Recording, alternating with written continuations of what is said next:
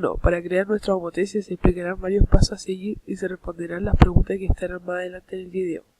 Primero, tendremos que crear un triángulo, luego crear el punto de homotesia O, luego crear las semirrectas OC, OB, OA, luego poner punto D entre O y C, luego coger la línea paralela al segmento A y unirla con el punto D, creando así el punto E. Luego hacer una línea paralela al segmento C y unirla con el punto E, creando así el punto F. Creando así también el triángulo DF. En base a los triángulos, comenzando con las preguntas, ¿qué se puede afirmar sobre los triángulos ABC y DF? Se puede afirmar que son figuras semejantes. En base a la razón OD o C, ¿entre qué números se encuentra la razón OD partido OC cuando D está entre O y C? Entre 0 y 1. ¿Cómo se puede expresar el intervalo donde la razón OD partido OC cuando D está en la prolongación de OC 1 hasta el infinito? Así también tenemos la razón de OB y la razón de OF o A. En base a esto, ¿en qué rango numérico se encuentran las razones cuando el triángulo FED se ubica entre el punto O y triángulo ABC menor que 1? ¿En qué valor numérico toman las razones cuando ABC y GFE se superponen? El valor numérico que toman es de 1. ¿En qué rango numérico se encuentran las razones cuando FED se ubica en la prolongación de OC mayor que 1?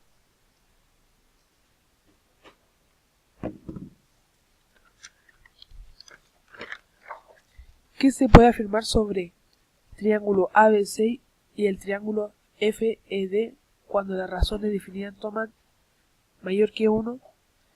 Que el triángulo FED es más pequeño que el del triángulo ABC.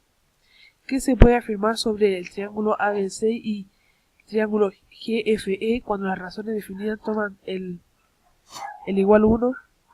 Que el FDE sería congruente con ABCD. ¿Qué se puede afirmar sobre ABC y FED cuando las razones definidas toman menos 1? El triángulo FED aumentaría su tamaño más que el ABC. Utiliza los conectores si entonces, si las razones son menores que 1, el FED tendrá menor tamaño que el ABC. Si son igual a 1, los triángulos serían iguales, y si son mayores a 1, el triángulo FED sería mayor al triángulo ABC.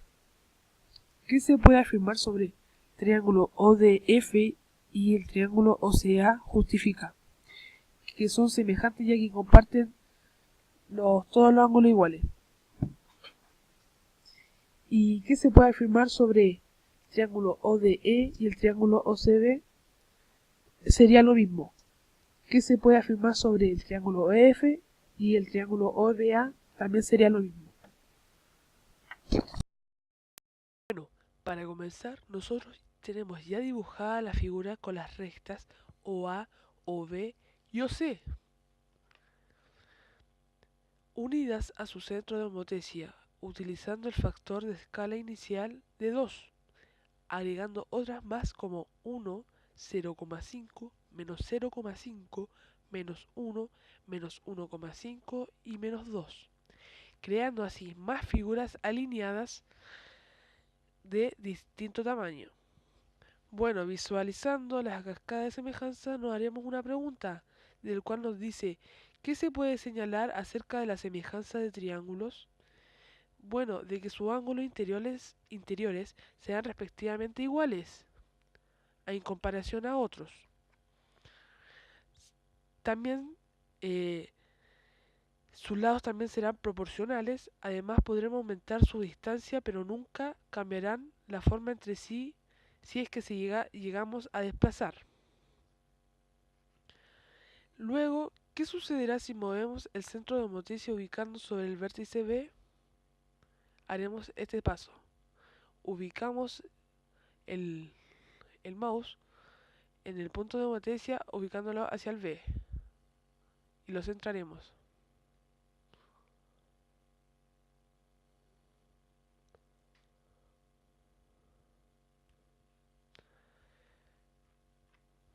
Dada la figura ya lista,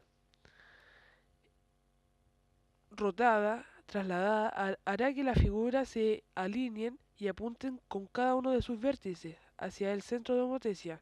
Al igual que la figura anterior, esta no cambiará la medida de ángulos interiores. Además, analizando la figura, nosotros podemos decir que la figura está reflejada